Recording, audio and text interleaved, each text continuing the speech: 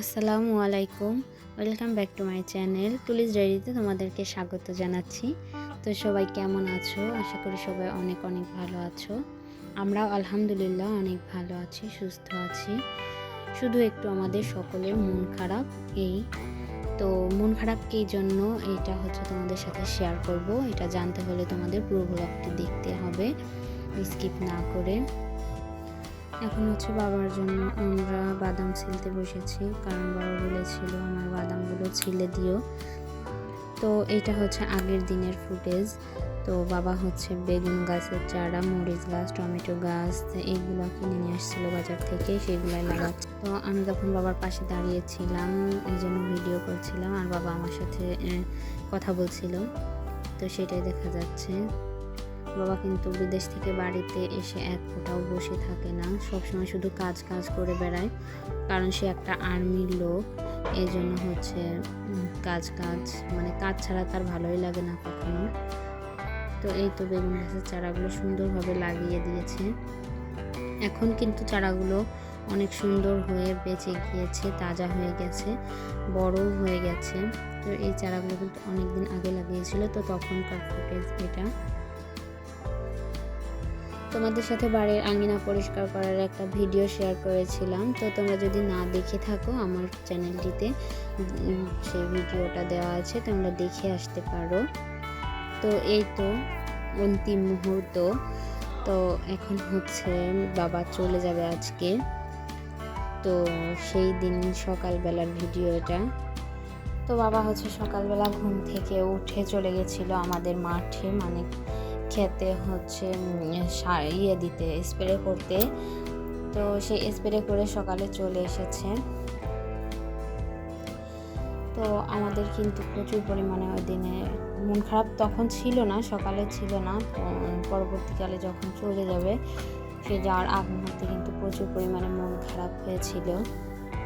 আমি কিন্তু তার বেটার বউ, মানে ছেলের বউ, তবুও তার জন্যে আমার এতটা খারাপ লেগেছিল, আমি ভাষায় প্রকাশ করতে পারছি না।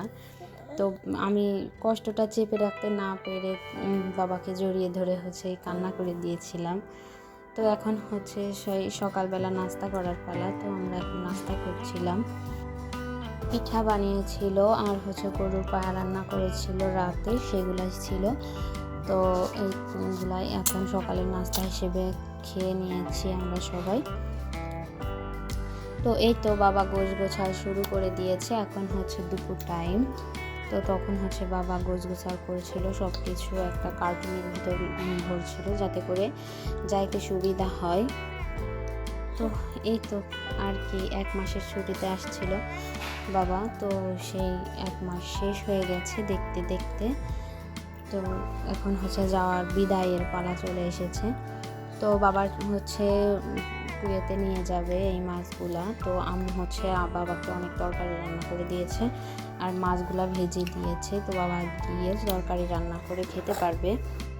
তো যখন 1 মাস বাড়িতে ছিল তখন কিন্তু আমাকে প্রচুর পরিমাণে ডাকতো, বাবা আম্মু আম্মু বলে ডাকতো, মামা করতে থাকতো। তো সেইটাই অনেক অনেক মিস করতেছি। তো কিছু বলার নেই, ভাষা খুঁজে পাচ্ছি না কিছু বলার মতো। সবাই তার জন্য দোয়া করবেন। তো এখন পরের দিন সকাল দুপুরে আমি ভিডিওটা এডিট করছি। তো ততক্ষণে বাবা পৌঁছিয়ে গিয়েছে, আলহামদুলিল্লাহ।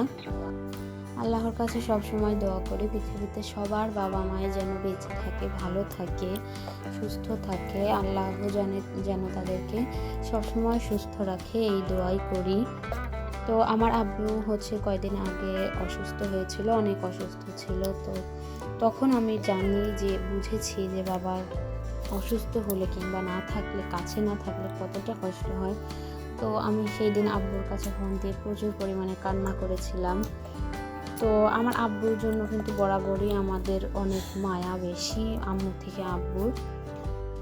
বাবা যাওয়ার সময় ওই রকম একটা সিচুয়েশন থাকার কারণে আমি কিছু ভিডিও করতে পারিনি। তো লাস্ট ফিনিশিং 1 কাপ চা বানিয়ে দিয়েছিলাম। তো এই চাটা খেয়েই বাবা চলে গেছিল কুয়েতে। তো বাংলাদেশে খাওয়া শেষ চা এটা। তো ইনশাল্লাহ সামনের বছর এসে আবার খাইতে পারবে আমার হাতের চা। তো আজকের মতো ভিডিওটি এই পর্যন্ত। সবাই ভালো থেকো। আল্লাহ হাফেজ।